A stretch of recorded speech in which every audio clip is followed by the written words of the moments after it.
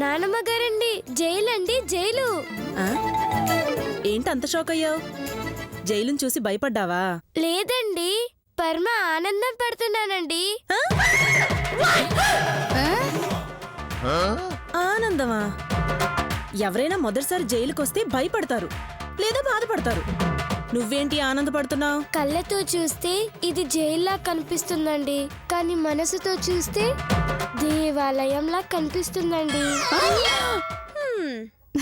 అంటే మనసుతో చూస్తే దేవాలయం జైల్లో కనపడుతుందా? నీ వాగడు కొంచెం ఆపవే. ఓకే ఓకే, మీ ఊపిడి ఆపండి అని నేను అన్నానా? లేదు కదా? ఇలా కొట్టానా? లేదే. నువ్వు చెప్పమ్మా గీత. అవును, జైలు దేవాలయం అంటున్నావు ఏంటి? అవునండి, పరమాత్ముడైన శ్రీకృష్ణుడు ఎక్కడ పుట్టాడండి? చెరసాలలో. అంటే జైల్లో. శ్రీకృష్ణుడి జన్మస్థలం మనకి దేవాలయంతో సమానమే కదండి. ఆహా, జైలుకి నేర చరిత్ర ఉండేది అనుకున్నాను. దైవ చరిత్ర ఉందని భలే చెప్పావమ్మా. కృష్ణుడు పుట్టి పెరిగిన ఈ పవిత్ర స్థలం నాకు బృందావనంతో సమానం. ఇక నుంచి దీన్ని జైలని కాకుండా బృందావనమని పిలవండి. జై శ్రీకృష్ణ పరమాత్ముడికి, జై గోవిందుడికి. ఏందే, జైలుకి వచ్చినవా తీర్థయాత్రలకు వచ్చినవా? అందరినీ బక్రాలను చేసి భజనలు చేయించి నువ్వు నీ నానమ్మ కలిసి పారిపోనికి స్కెచ్ చేసిండ్రానే. నేనుండంగా నీ పప్పులు ఉడకాయి. అయితే నువ్వు వెళ్ళే కొడుకు పెట్టుకుంటానులే. ఏంటది? పప్పులు. అమ్మ గీత, పెద్దనాన్నగారు ఏం చేస్తున్నారమ్మా?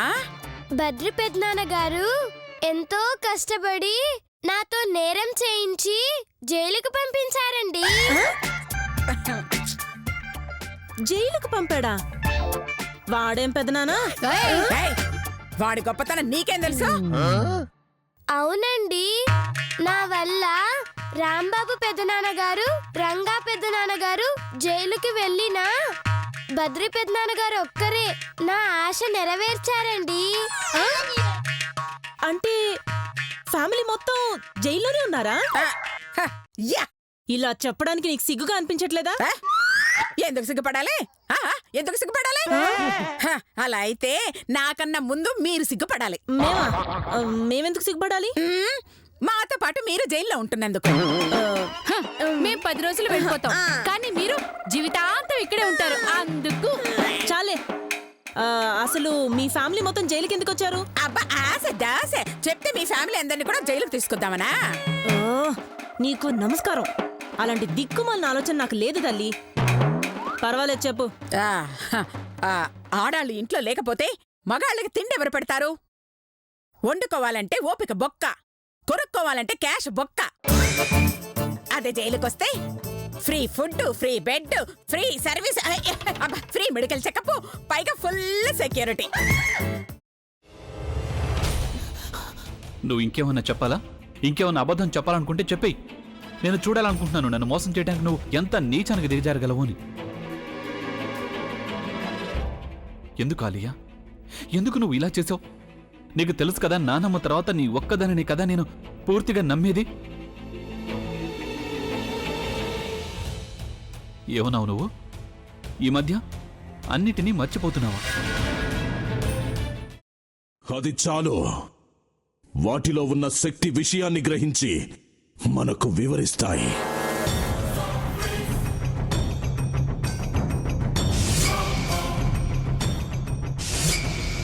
ఎవరు ఆ దండ విప్పొద్దు, గది తలుపులు తెరవద్దు.